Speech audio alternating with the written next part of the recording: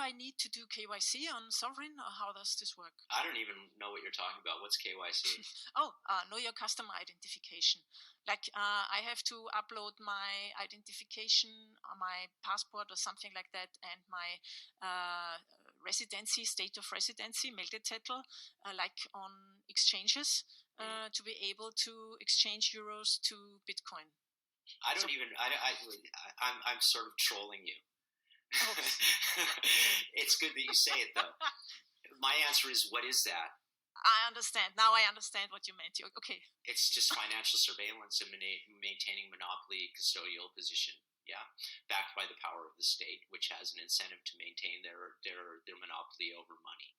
They don't have a monopoly over money anymore. They cannot stop Bitcoin or cryptocurrencies without turning off the internet, and even if they turn off the internet, we'll broadcast the block over radio transmission and satellite transmission and whatever. The technologies are there. The incentives, to develop them came from the earliest days in Bitcoin. The fact of the matter is the internet is not going to get shut down. The fact of the matter is there's always going to be a jurisdiction that you can do jurisdictional arbitrage that will have an on-ramp onto fiat. The only place that crypto can be regulated by existing institutions is at the edges of the network where it intersects with the legacy systems. Crypto is how many? A trillion or whatever economy. It's a drop in the bucket in world terms, but it has been existing now for 12 years. The Bitcoin network has never gone down. We've had a couple of forks. It's the most secure network on the planet. That's the whole point of proof of work, burning the energy for the security guarantees and the transaction finality, and maintaining the integrity of the network. I just don't see what the point is of KYC. I don't need it anymore. And Exiled Surfer is not only just like a non-deplorer, but I don't have a passport. My passport was revoked by the American government. Why was the passport revoked by the American government? Well, they found out that I was working for the Bitcoin Foundation, and so they were looking at everybody in the Bitcoin Foundation, and I kind of had this old arrest warrant in America from 1992 that they discovered and went, okay, we're going to revoke your passport. I'm literally like the use case, right, of I don't have all the documents. I don't have any of the permission. I don't have any credit rating, right? Because of my residency status. I don't have any of those things. I'm like a Palestinian, basically. I have no travel documents. I do have residency permission in Austria, thankfully. I do have a driver's license. I could do those types of KYC, but why should I when I can transact permissionlessly with Bitcoin or Ethereum? Yeah, I just don't see how it is that existing institutions and existing systems can do anything other than basically threaten people with some sort of ethical argument that Bitcoin is bad and you shouldn't use it, which is why that's exactly what it is that they do, is try and make you feel like a bad person or a criminal for basically wanting to be able to transact without a third party standing in between you and telling you can do it or not. I just choose to stand. If that makes me a criminal, then I choose to stand on the side of being a criminal. It's a personal risk assessment. I'm one of the few people in the team in Sovereign that is known publicly, right? But I think so. What are you going to do to me? Okay, the classic thing. I had a boating accident. If you want my private key, right? So then what's the next level of I had a boating accident, they still believe that I have a private key? It's the rubber hose thing. We're going to beat you until you give us, or we're going to waterboard you or whatever.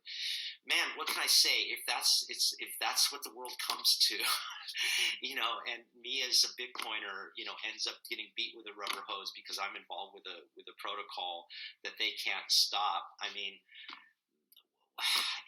what do you stand for? At what point are people willing to say, no, I'm not going to allow myself to be threatened? Yeah. I don't know how I'd react if I'm getting beat by a rubber hose, but what I can tell you is that if I get beaten by a rubber hose or waterboarded, I'll tell them anything that they want to know. I don't know anything that they want to know. I don't, right? So there's multi-sigs, who controls the multi-sigs, or which protocol controls the multi-sigs. It's all been, set up in a way that basically they'd have to get 15 people in 15 different countries. It's the same threat model that we have with federators and whatever. I don't actually see this stuff happening.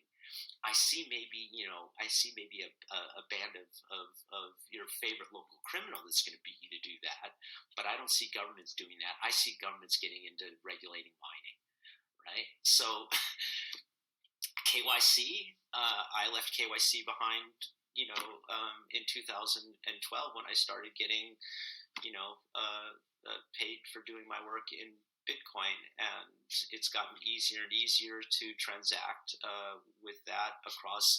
We have stable coins. I mean, the whole economy has developed so far past that there's a lot of paranoid threat modeling that people do that I just don't understand, because I just don't see them knocking on the door. And I've been a public guy in Bitcoin for 10 years, man, and nobody's knocking on my door and threatening me and stopping me from doing what it is I'm doing. There's videos of me on YouTube.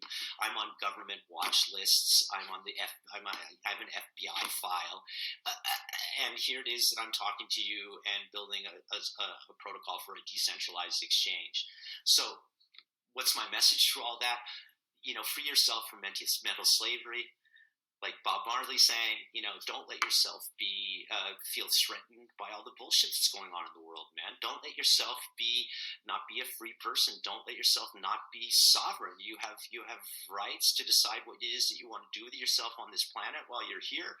You have rights to, decide how it is that you want to transact, and you don't have to obey the fucking government, man, and feel like a criminal because all you want to do is send $14 to somebody in Kenya. What the fuck, man? Hello, what is this?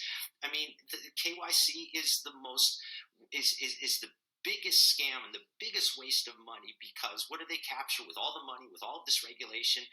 0.5%. 0.5% of the corruption in the world. And the corruption's not being done by me and you. Okay, everybody doesn't declare everything on their taxes. Where's the corruption happening?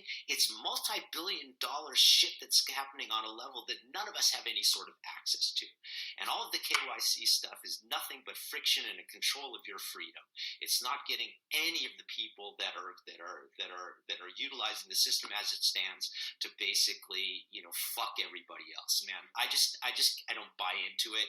I'm not going to be threatened by it, and I'm going to do everything that I can to enable other people to transact permissionlessly, and it's just such a no-brainer for me. KYC. Yeah, and that's basically that's a nice comprehension of what cypherpunks want. Like, cypherpunks write the code to protect ourselves. Like, we're building. Cypherpunks write code.